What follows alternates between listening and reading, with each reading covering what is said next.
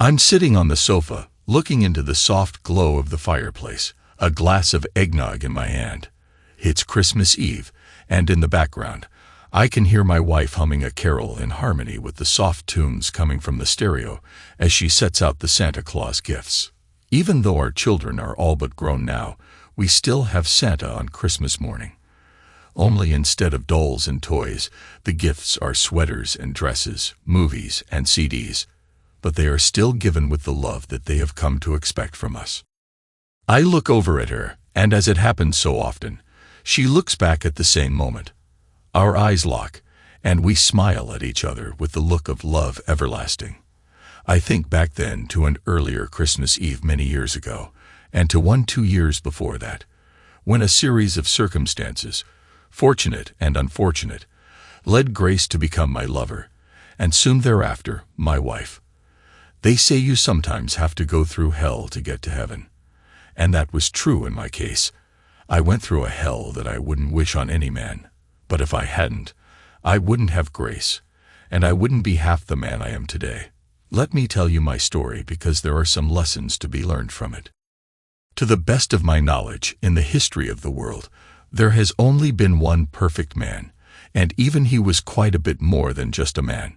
So it stands to reason then that every one of us, at some point in our lives, has done something bad, something that hurts someone else. We've all done something that should have earned us condemnation, at least from the higher powers, and it is because of grace that we don't pay the penalty for our often stupid decisions. In my case, I took someone who was straight, or at least drug-free, and started her on the path to addiction. I introduced Elise Tucker to marijuana when we were just out of high school, and from that one corrupting moment, she slowly descended into the world of junkies and prostitution. It might not have been so bad, except that not long after that, I got her pregnant, we got married, and she eventually gave me 3 children in the space of 4 years, 2 daughters, and a son. It wasn't until we'd been married almost 8 years that I realized what she'd become, behind my back and under my nose, and it took most of my money and all of my self-respect before I was finally free of her. And even then, she left me with scars, physical and emotional, that I still have to this day. My name is Steve Moreland, and I'm 42, far wiser than I was when I was 15. I was born and raised in a suburban area near a mid-sized southern city. My folks were fairly well off, and I did my damnedest to be cool. Although I was on the football team all through high school, I didn't play much, mostly on special teams and the junior varsity. That never stopped me from smoking cigarettes, drinking beer, or smoking pot. That's just the way it was in those days. You'd have thought that when a good friend of mine was killed during my senior year of high school that it would set some of us straight, and in my case, it did for a while. I was on the rebound from that incident when I began dating Elise. We had a class together, and she sort of latched onto me as someone who was in need. Never mind that she already had a boyfriend, a fellow that was a year older, and going to the nearby junior college. We started dating, and soon she threw him over for me. That should have been a warning, but I was so sloppy in love that I failed to notice. At that time, Elise was kind of a band nerd, but she was a band nerd who put out, as they say. She was a little taller than average and fairly nice-looking, with a body that had all the parts in the right places and in the right proportions. She was always a little self-conscious about her nose, which did have a bit of a quirk to it, although it in no way hurt her looks, and she had soft brown hair that was utterly unremarkable. She was, for the most part, a nice girl, the youngest child of a truck driver and a schoolteacher. But there were a few folks here and there who didn't like her much, one of whom was my father. Even before she got mixed up in drugs, Elise was very moody at times, and when she was in a bad mood, she could be a bitch. But that was okay because when I was in a bad mood, I could be pretty foul too. Even my mom, who liked her and empathized with her, recognized the pitfalls of 2 people like us hooking up. I also think my dad sensed that there were demons lurking in her soul that could devour me if they were unleashed. Plus, he thought I could do a lot better. But I was in love, and besides, he'd supposedly married beneath his station as well, and my mother turned out to be a true princess of a person. The relationship might have run its course if I hadn't gone to college and come back for Thanksgiving break with a renewed appreciation for the wonders of weed. The first day I was back from college was on a Tuesday morning. Alyssa's parents were working, and she met me at the door still dressed in her thin nightgown. We hadn't been together in a couple of months, and we were hot and horny, but I talked her into throwing on some clothes and taking a ride with me. We had a really good parking spot we'd used before, and I drove us there. We got parked, and I pulled out a fat doobie. She kind of looked at me in disapproval, but I guess she'd always been a little curious about it based on the way I talked about it in roundabout terms, so she agreed to try it. She got real giggly, then she turned on me with a passion I hadn't seen in her before. I mean, we had sex before, but it always seemed like she was holding something back. Not this time. She kissed me wildly, and in seconds, we were frantically ripping at each other's clothes. Having sex in the back seat of the car is not the most comfortable experience, but it certainly was an exciting one. We were covered in sweat and laughing insanely as we slowly floated back to earth from such an incredible high. I quickly learned that it had the same effect on Elise that it had on me. It made her insatiably horny, and we had sex every chance we got that whole weekend until I left that Sunday. We spent the whole Christmas vacation doing pretty much the same thing, although finding the time and space to have sex could be tricky. However, it wasn't all fun and games, and the longer the holiday break continued, the more friction there was. Elise was so horny and fell so quickly into the weed that I would subsequently wonder what she was doing when I was off at college. When we weren't getting stoned and having sex, we were getting a little bitchy at each other, and I think we were probably headed for the inevitable breakup when fate intervened. I'd been back at college for the spring semester about a month when Elise called me, blubbering. Her period had been late. She'd gone quietly to a clinic, and the doctor confirmed her worst fear. She was pregnant. Even though neither of us was at the time very religious, we didn't believe in abortion, and after talking about it, we decided to get married. Needless to say, both sets of parents were not happy, and my dad in particular begged me not to go through with it. But I felt like it was the manly thing, the honorable thing to do. So in May 1983, we were married. Much later, after our daughter Mary was born, I worked out the timeline, and Elise must have conceived on, or about Christmas Day. I would end up doing the same thing with the other two as well. With a wife and a family to support, college wasn't an option, and I got a job working for a drugstore as a stocker and sometime cashier. I couldn't have gotten that job under the same circumstances today, because I'd have never passed a drug screen. But that wasn't standard practice back then, and I soon showed an affinity for the job. After 2 years, I was promoted to assistant store manager at another branch in town, and in 1985, Elise gave me a son, Robert. Just a year later, we had our other girl, Allison. With that, Elise had her tubes tied, and we set about raising our family. Throughout this period, we partied pretty good, but nothing too wild. We'd smoke pot on a fairly regular basis, and occasionally we'd spring for some coke, hash, or LSD. Elise liked the way some of the drugs made her feel, and she was enthusiastic about it whenever we got high, especially since we'd have sex like rabbits when we did. But as the kids got older, the harder drugs fell away from me. Eventually, as I started getting more and more responsibility, I let it start to fade away from my life, and I thought Elise had as well. Let me emphasize that I loved her throughout all of this, even if at times things got a little tense around the house. It was in the fall of 1989, when Allison was 3 and Robert was 4, that Elise decided to go back to work. She found a job as a secretary for a modest-sized electric contractor.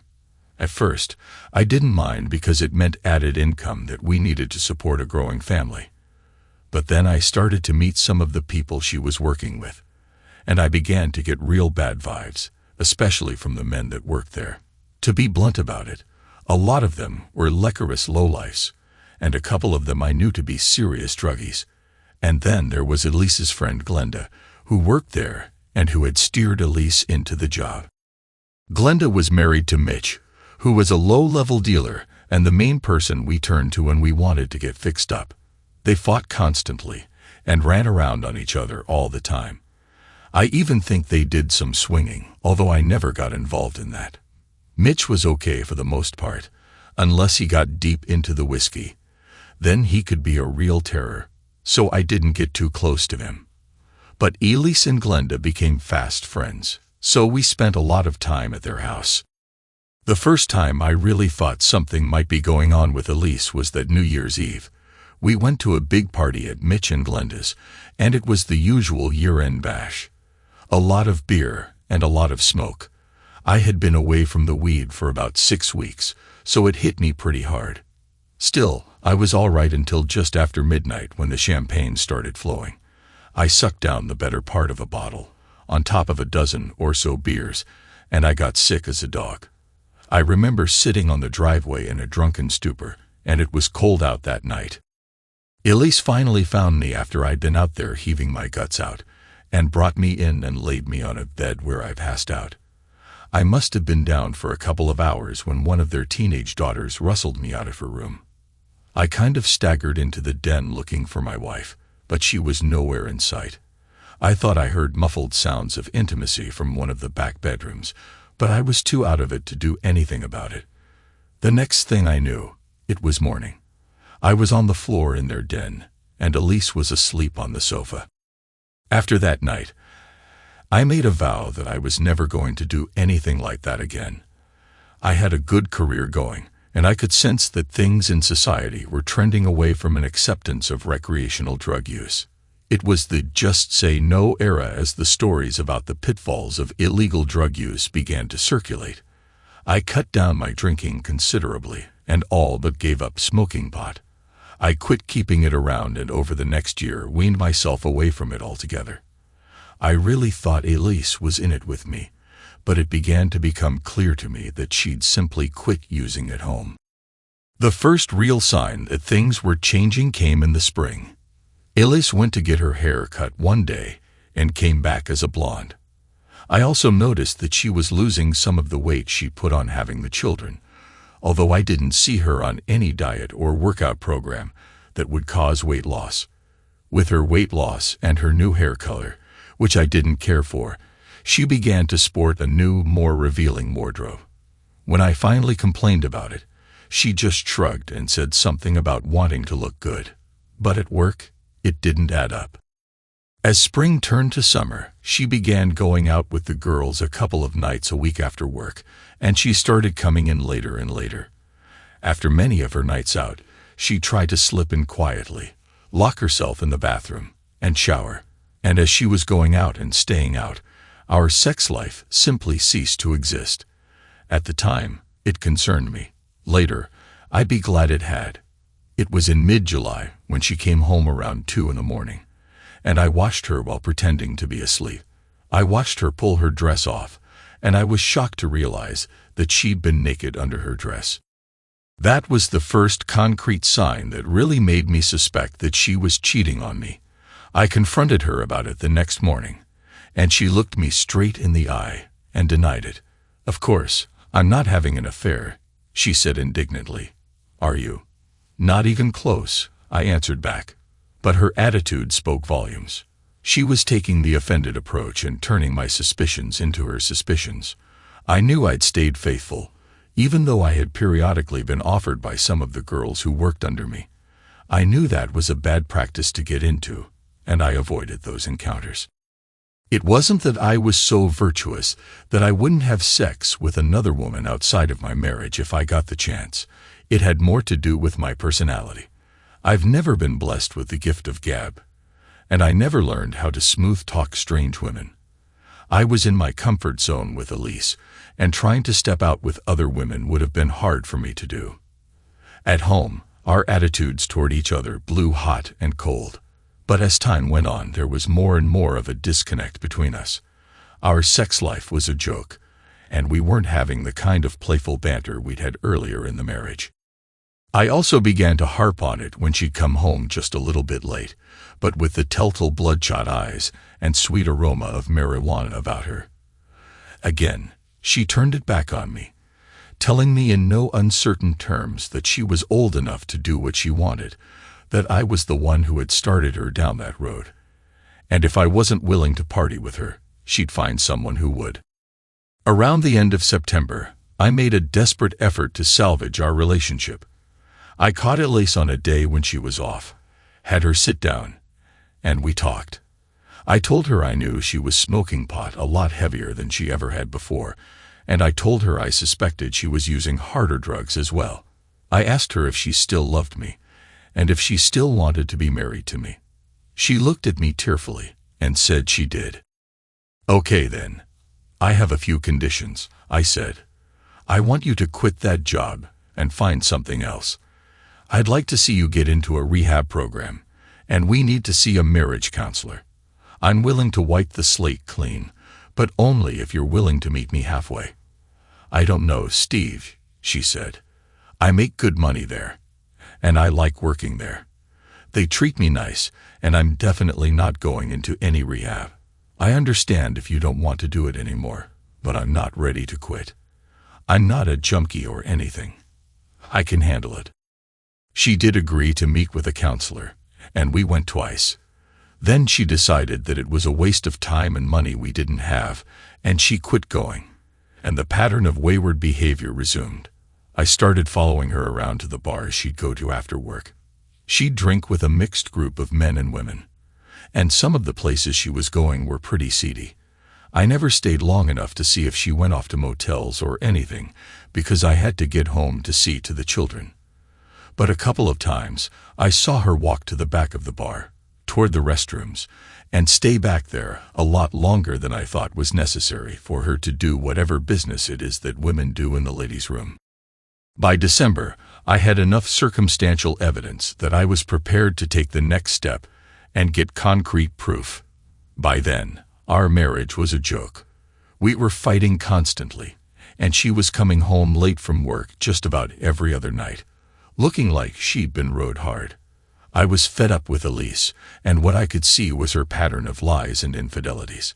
More than that, she had really shirked the role of mother, as she spent her time running around partying all the time. I was doing most of the parenting because she didn't have time for the children, and don't think they didn't notice. I needed to know what she was doing so I could plan my next move, whether there was any hope of saving our marriage or whether it was time for a divorce. I did 3 things to begin. First, I went to my doctor, ostensibly for a checkup, and while I was there, I asked for a blood test. I wanted to establish 2 things. One, that I didn't have any sexually transmitted diseases, and second, I wanted to show that I was now drug-free. Next, I quietly got samples from all 3 of our children and sent them to a DNA lab in another state. I wanted rock-solid proof, one way or another, that I was or was not the father of my children. DNA testing was not quite as sophisticated then as it is now, but it was advanced enough to tell me whether I was really the father of the children I'd been raising. I didn't think it would make a difference in my feelings for them. I was their daddy, regardless of whether I was really their father. But from a legal standpoint, I had to know one way or the other. If we got divorced, I was going for custody, and my chances would be a lot better if I was their biological father. Finally, I asked around and got the name of the best divorce attorney in town, then went to see him. I laid out my concerns, and he agreed to take me on as a client and referred me to his private investigator. Lily Spradling was a no-nonsense woman in her early 40s whom I would soon learn knew everybody in town and everything about them. I told her what I wanted, and she took on my case. It was already starting to cost me an arm and a leg, and I still didn't know anything concrete. It all came to a head on Christmas Eve. It was the custom of her company to close up the shop around 1 o'clock in the afternoon on Christmas Eve and invite all of the employees to a big party in their warehouse. I figured that Elise would party for a couple of hours, then come home so we could do some last-minute shopping. then get the Santa Claus stuff ready for the kids, so it would be waiting when they got up at the crack of dawn on Christmas. But 6 o'clock came and went, and no Elise. Then 9 o'clock passed with no sign of her. I started calling everywhere I could think of. Glenda, who was also out of pocket, the jails, hospitals, and she was nowhere to be found. I was livid. She didn't even have the decency to curb her antics on Christmas Eve. I was still up waiting for her around 10:30 when I heard a car door slam, and I saw my wife stumbling up the walk to the house. She saw me standing there, and I was shocked. Her face just fell, and she tried to push past me, but I caught her, and I was overwhelmed by the smell. She reeked of sweat, and you can imagine. Hell, she even had some of it dried in her hair, and her eyes were completely unfocused, like she'd spent a hard day getting high. I stared at her, and she averted her gaze. Then something inside me just collapsed. At that moment, I was just too tired to fight her. Besides, I would soon have a video record of her entire day, because I'd had a feeling she'd do something like that. So I had Lily set up surveillance. By then, Lily had discovered that Elise had been identified as a woman who frequented a seedy motel on the rough side of town in the company of some rough-looking characters. Lily had bribed a clerk at the motel, and she had been allowed to plant a hidden camera in one of the rooms, with the understanding that if Elise showed up, she and whoever she was with would be steered to that room. Elise and I spent a tense Christmas day circling each other while I waited for the bomb to drop. It was the calm before the storm. I knew Elise was off work for the next week. They always closed up for the week between Christmas and New Year's, so I wasn't as worried about what she'd be doing. The day after Christmas, Lily called me at the store, and her voice sounded urgent. "You need to come see the tape from the other day," she said. "How bad is it?" I asked. "Worse than anything you can imagine," she said. Now, I figured Elise had a boyfriend, maybe two, but I was not prepared at all for what I saw on Lily's surveillance tape. Lily had me sit down in the empty office of one of her associates, plugged the tape into the VCR, and left me alone to digest what was on the tape. Before she started the tape, she handed me a surveillance report chronicling Elise's behavior before she arrived at the motel. That really was all the evidence I needed because it was pretty graphic in itself. I don't know how Lily did it, but she had somehow gotten her associate into the company's party, and he had eyewitness accounts of what went on. It started off as a conventional party, lots of drinking with some smooching under the mistletoe. Nothing too dramatic. After an hour, though, the Christmas carols that had been on the boombox were changed to dance music, and Elise was seen dirty dancing with several people, including her friend Glenda. According to the report, Elise and Glenda had all but had sex in the middle of the room, while the men in attendance surrounded them and cheered them on. Then it hit the fan. Elise was seen headed out to the parking lot in the company of some guy. The PI set up a post where he could see what they were doing. First, they lit up a joint, and while they were smoking it, he pulled out a vial, and they shared several spoons of coke. When they were finished, he saw Elise's head drop into the man's lap, and he could see the man's head thrown back, a look of pleasure on his face. After a few minutes, Elise's head popped back up, and she was wiping something off her mouth as she smiled wickedly. Then they returned to the party. About 5 o'clock, the party broke up, but instead of driving home, Elise followed several pickup trucks to the motel where she had been seen before. And that's where the tape started. My wife, my soon-to-be ex-wife, entered the room in the company of 4 guys whom I describe as hard-looking. They were all around 6 feet and well-built, and a couple of them were even fairly good-looking if you like men who are a little rough-edged. 3 joints were fired up and started making the rounds while one of the men sat at a table and began drawing out several fat lines of coke. As the room filled with smoke, everybody, including Elise, took a line up each nostril, and she giggled seductively when she had done hers. Then they got down to business.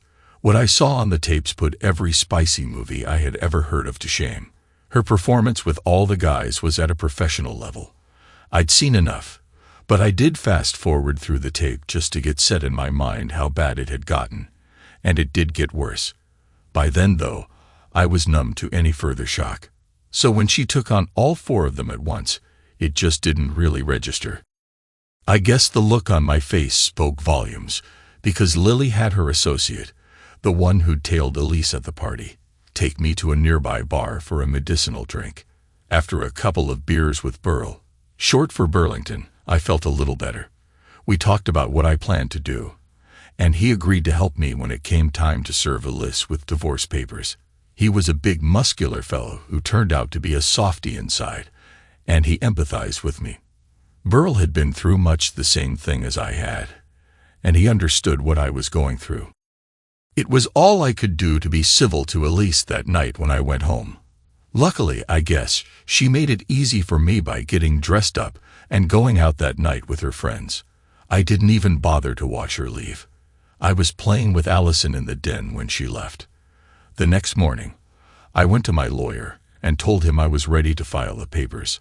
I wanted them ready for New Year's Eve, and I wanted Burl to be the one to serve her. I had a New Year's surprise for my soon-to-be ex-wife. For New Year's Eve, I told Elise that I was going to have to work until closing at 9 p.m., and that I'd rather just spend a quiet night at home. I begged her to stay home with me, knowing full well that she'd do nothing of the sort, which I had planned on. As always, she was planning on going to Glinda and Mitch's year-end party, and she just sort of laughed at what she thought was my pathetic attempt to guilt her into staying home. "If you want to be a stick in the mud, go right ahead," she said. "But I'm ready to partay." "Can't you at least stay long enough to keep the kids until I get home from work?" I asked. "Why?" she sneered. "Why should I let the little rugrats cut into my fun time? I'll get a sitter if you can't tear yourself away from that store in time to keep your precious little babies." I was stunned. I knew she lost interest in parenting, but the cold way she talked about the children just floored me. It would make what subsequently happened hard to fathom. "That's quite all right, Elise," I said slowly. "I'll make the arrangements. You don't have to lift a finger for your children one little bit." I called the neighbor's teenage daughter, who was the kids' regular sitter, and asked her to keep the kids for about an hour. She agreed, and I told her to call the store as soon as Elise left the house. A little after 6:30, the girl called, and I turned over the store to my assistant. I called my brother, who had agreed to meet me at the house to help pack up Elise's things.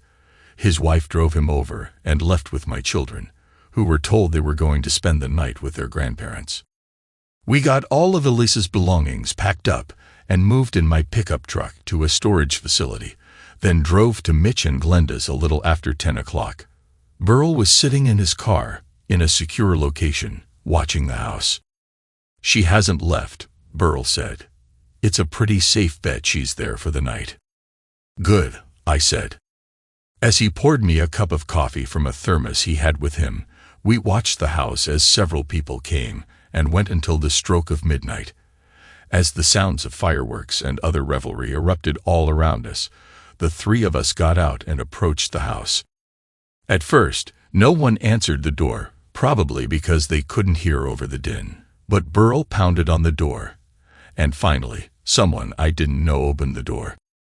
"Elise Moreland," he boomed as we stepped into the foyer.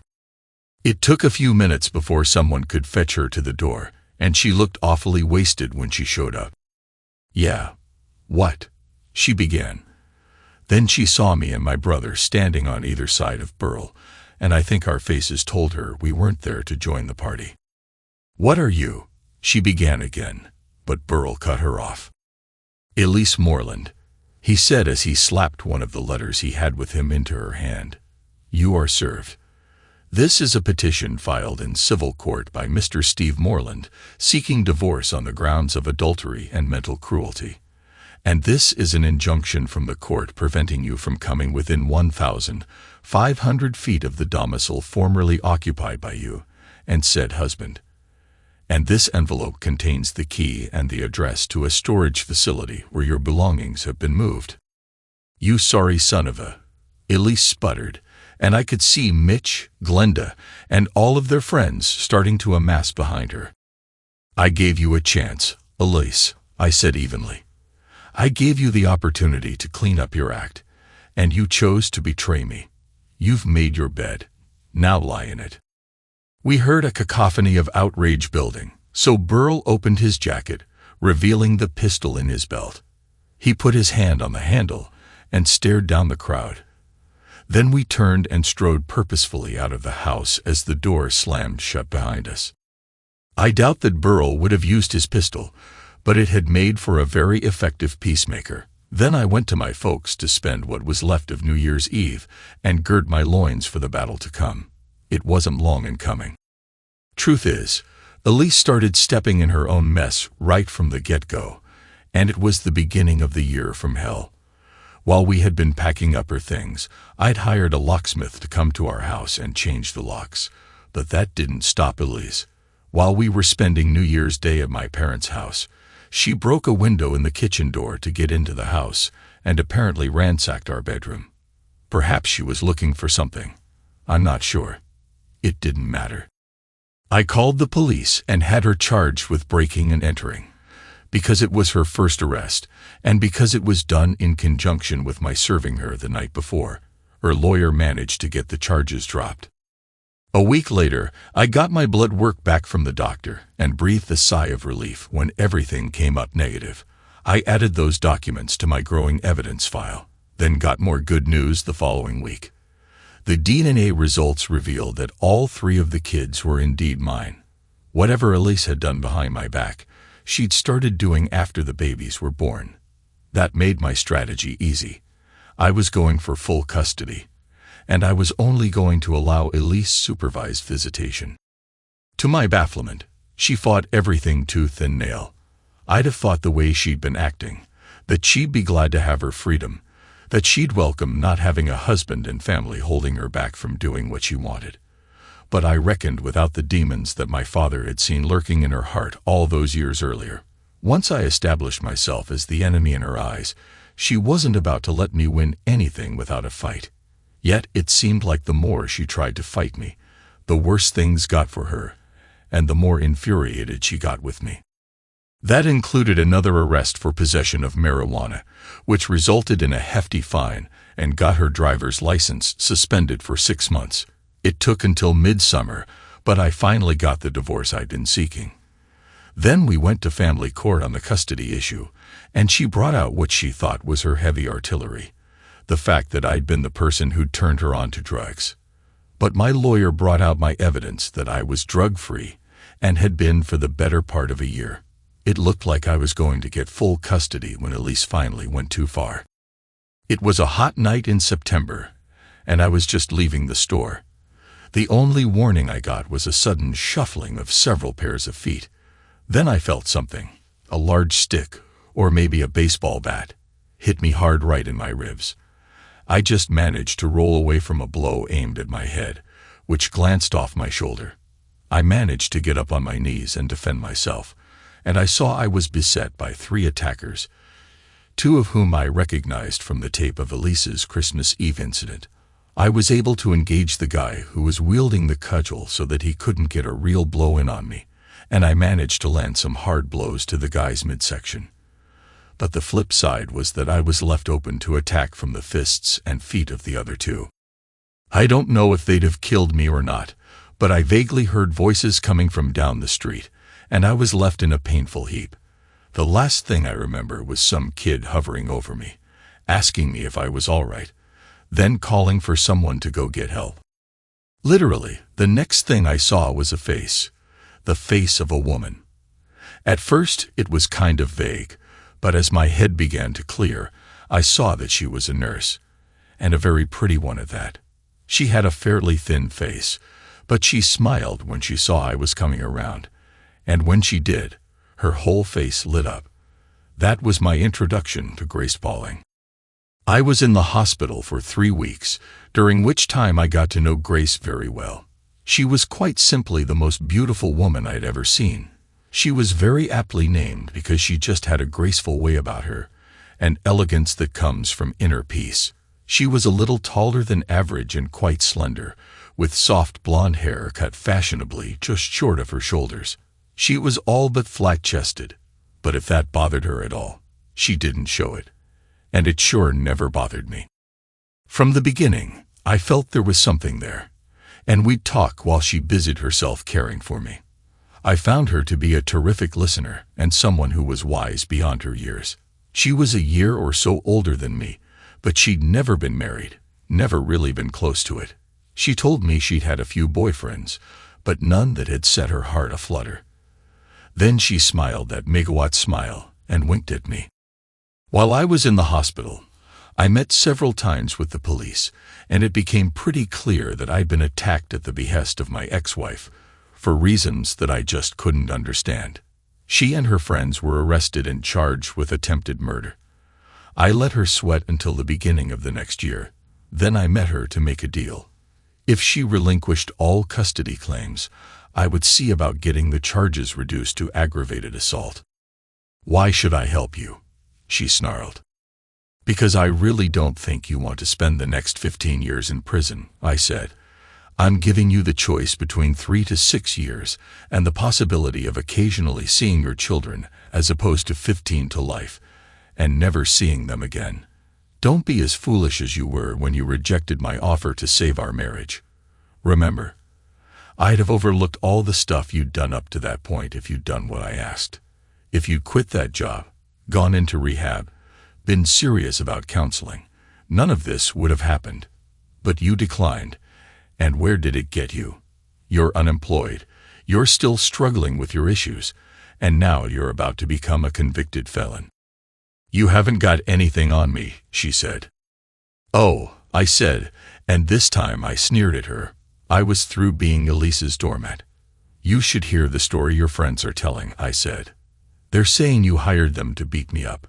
They're telling the cops that you wanted me dead. They're rolling over on you, Elise, and the only chance you have is to cut a deal." I could see her shoulders slump at that. In the end, she gave it up and did make a deal with the DA to plead guilty to aggravated assault. She went off for a term of 3 to 6 years, and I was finally rid of her for all intents and purposes. But it had left me financially drained and emotionally wasted. I was forced to sell the house and moved back to my parents' home with the 3 kids. My mom was a godsend, helping take care of the children and trying her best to ease their fears. After getting out of the hospital, I had another 2 months of rehab, during which time I couldn't work. I was on company insurance, plus I got workers' comp, but the Christmas season was approaching, and they needed a store manager on site. Compared to the fiasco of the previous year, Christmas in 1991 was significantly better, and yet it drove home for me just how lonely I was. The woman I'd thought I'd loved, the mother of my children, had become a sworn enemy and had made a complete wreck of her life. Money was tight, so I wasn't really able to do for the kids like I wanted. I was still in some pain and sinking into depression over the way things had gone the previous 18 months. And then it got worse. After the first of the year, the company I'd been working for gave me a choice. I could take a manager's position in another state, or I could accept a layoff. I did neither.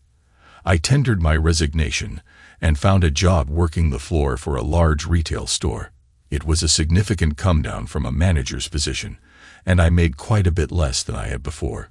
Basically, it was like starting over in my career, but it was easy work, and the hours suited me because they allowed me to be home in the evenings with my children. I rented a small house, and we moved out of my parents' house. It was in a fairly low-rent neighborhood, and there wasn't much to call it home. All in all, that winter of 1992 was the lowest point of my life. The only good thing about it was that I resisted the siren call of drugs and alcohol. After seeing Elise's self-destruction, I knew better than to go that route, but I'd be lying if I said I wasn't ever tempted. Then an angel crossed my path for the second time. It was on a Saturday. I was in the grocery store with the kids, and they were being a handful. By this time, they were 8, 6, and 5, and while they were good kids, they were kids. I was fussing with Robert, who was really acting out, when I heard a voice from behind me. Steve Moreland," I heard.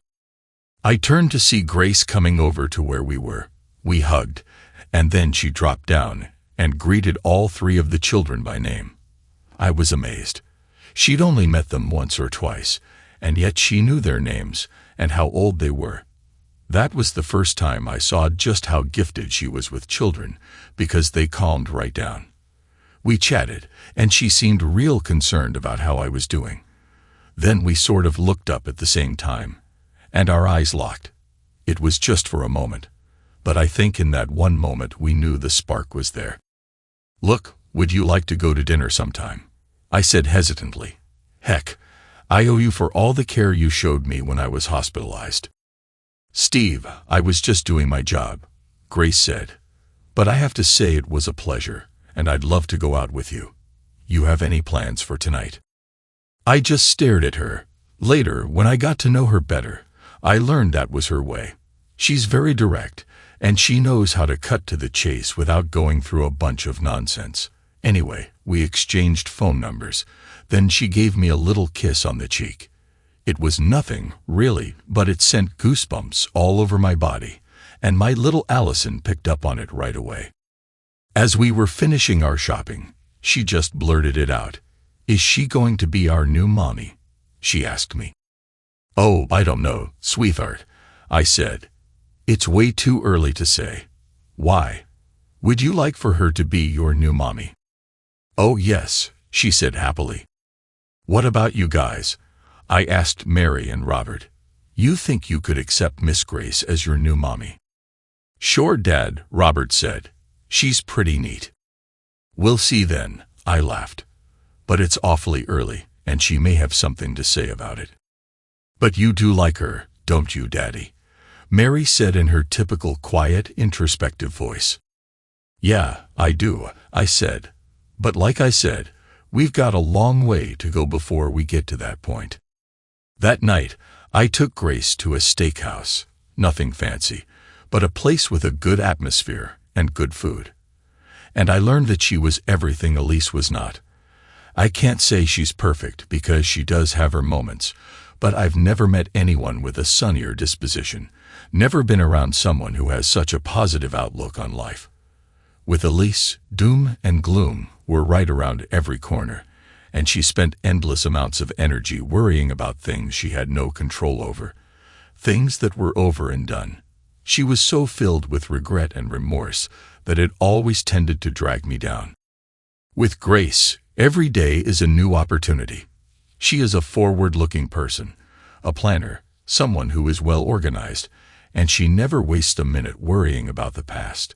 Once the day is over, she puts it behind her and only refers to it if she absolutely must. It didn't take long before we knew we were falling fast in love. After we'd been dating about 6 weeks, I took her to meet my family, and they were very impressed. My father, in fact, took one look at her and told me to do whatever I needed to do to keep her. The kids, of course, fell in love with Grace almost as quickly as I did, and she fell right into the surrogate mother role. As the summer progressed, we started getting intimate, but we both shied away from sex, at least initially. After my experience with Elise, I was afraid of letting myself go with a woman, afraid to let my feelings loose, and she was simply not someone who engaged in casual sex. "When I make love with you, I want it to be the sealing of a bond of love," she told me one night as we were sitting on the sofa in my house after she'd come over for dinner, the way she had been for months. It was mid-November, and we were starting to talk vaguely about a life together. "I love you, Steve, but I don't want you to do this until you're ready. Until we're both ready for this to be a long-term commitment," she went on. "I gave my virginity away a long time ago, in college, to a guy I thought I was in love with, and he broke my heart.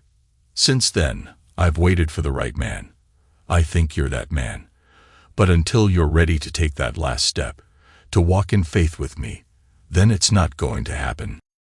God, Grace, I do want you so badly, but you don't know how good it makes me feel to hear you say that," I said. After what I went through with Elise, to hear a woman equate sex with love is music to my ears. "Soon, my love," she whispered. Then she kissed me slowly and deeply. A week or so later, I went to my mother and told her I was going to ask Grace to marry me. And she did something she'd never done for Elise, I guess because of the forced nature of our marriage. She went to her bedroom, to her jewelry box, and pulled out her old engagement ring. She handed it to me with tears in her eyes. "Give this to her with my blessing," she said. "It's not a big fancy diamond, just a small stone in a common setting. But I have a feeling with her it will mean far more than some shiny new bauble that'll cost you an arm and a leg. There's an awful lot of love in this ring, and I want her to have it.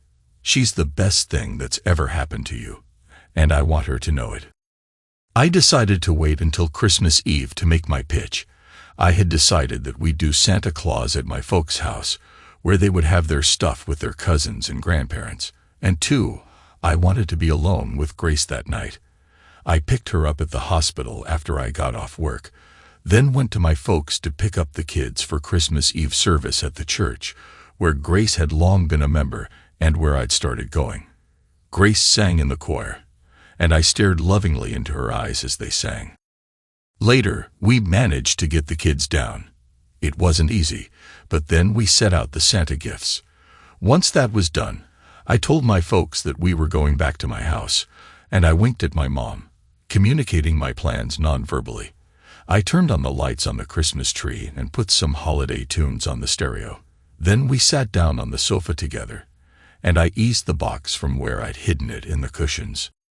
"Grace, I have a special Christmas gift for you, and I want you to open it now," I said softly. I handed the box to her, and when she opened it, her eyes got wide, and her mouth fell open in delighted surprise. "Grace, will you marry me?" Her answer was to smother me with kisses. Our hands were roaming all over each other, and this time we didn't stop. Our time had arrived. "God, I've wanted this for so long. Love me, Steve, please. Believe me, I've wanted it just as long. Longer. Really." We made love. Once done, I stared into her eyes, and she stared back, the feelings flowing wordlessly between us. "Merry Christmas," she whispered. "Merry Christmas to you, love," I answered back. Grace and I were married in our church in mid-March, and we've enjoyed almost 14 years now of wedded bliss. My children soon became hers, at least in her heart at first, and they took to their new mommy like ducks to water. There have only been 2 dark clouds on our life together since then. One is the fact that Grace was unable to give me a child of her own. We tried like the Dickens, and we finally learned that there was a problem with her uterus. Typically, Grace never dwelled on her misfortune and concentrated on helping me raise the children we had. The second came after we'd been married about 6 years. I got a call out of the blue from Elise, and she told me that she contracted HIV several years earlier, and now she was dying of AIDS. She'd gotten out of prison after 3+ years and ended up on the street, turning tricks. She was in a hospice and wanted to see her children before she passed. I dreaded the visit, but oddly enough, Elise had made peace with herself and with me. She no longer blamed me for all of the bad things that had happened to her over the course of her life. She forgave me for the mistakes I'd made during our marriage, and I forgave her for the hell she put me through in the process of our divorce. After meeting with the kids, she asked to speak to Grace alone, and when she came out, Grace was in tears. Later, as we were driving home, she told me a little of what they'd talked about. "She told me not to let you go," she said. "She told me the worst mistake she ever made was not listening to you when you offered to look past her misdeeds and save the marriage. You gave her a chance, and she knows she blew it by turning her back on you. I think that's why she was so bitter about the divorce." The last thing Elise did before she died was consent for Grace to adopt the children. She'd resisted it through all of her hard, bitter years after the divorce, but in the end, she did the right thing and gave the love of my life the opportunity to truly be a mother. With Grace by my side, I quickly got back into management and rose into the ranks of the corporate office. I'm a regional director for the company I work for, and I've done well. Grace is still a nurse, working in pediatrics, an area where her special gifts are most needed. Sometimes, the cases she deals with break her heart, and others inflame her outrage. She does have a temper, although she keeps it well hidden. Mary was so taken with her stepmother that she chose to follow in her footsteps and pursue a career in nursing. Robert is still in college and joined the Army National Guard right out of high school. I worry that the longer the war in Iraq drags on, he may be called up, but that's his choice, and I support him all the way. Likewise, Allison is in college, with an eye toward becoming a teacher. It's been a satisfying life, one I don't think I'd have had if Grace hadn't come into my life when she did. Santa Claus is all set out, and Grace sits on the sofa next to me, curling up into the comfort of my arms. Bing Crosby softly croons "White Christmas" from the stereo, and we gaze into the slowly banking fire as I take a final sip of my glass and set it on the coffee table. Tomorrow, there will be laughter and excitement as my family shares the gifts we've all gotten for each other. We'll tear open the packages, marvel at the thought that went into each gift, then we'll congregate in the kitchen as we prepare the holiday feast. It will be a joyous time, as always. But tonight, in the quiet of the Christmas Eve night, I enjoy the greatest gift I've ever gotten, the one that keeps on giving. Tonight, I bask in the soft glow from the love and devotion of a good woman, and in the corresponding love and commitment I've been able to show her over time. Grace is another word for elegance and an unearned gift from God, and that's certainly what my Grace means to me. Thanks to everyone who took the time to listen to today's stories. If you enjoyed it, please consider liking and subscribing if you haven't already. Feel free to share your thoughts on the events in the comments below. Take care.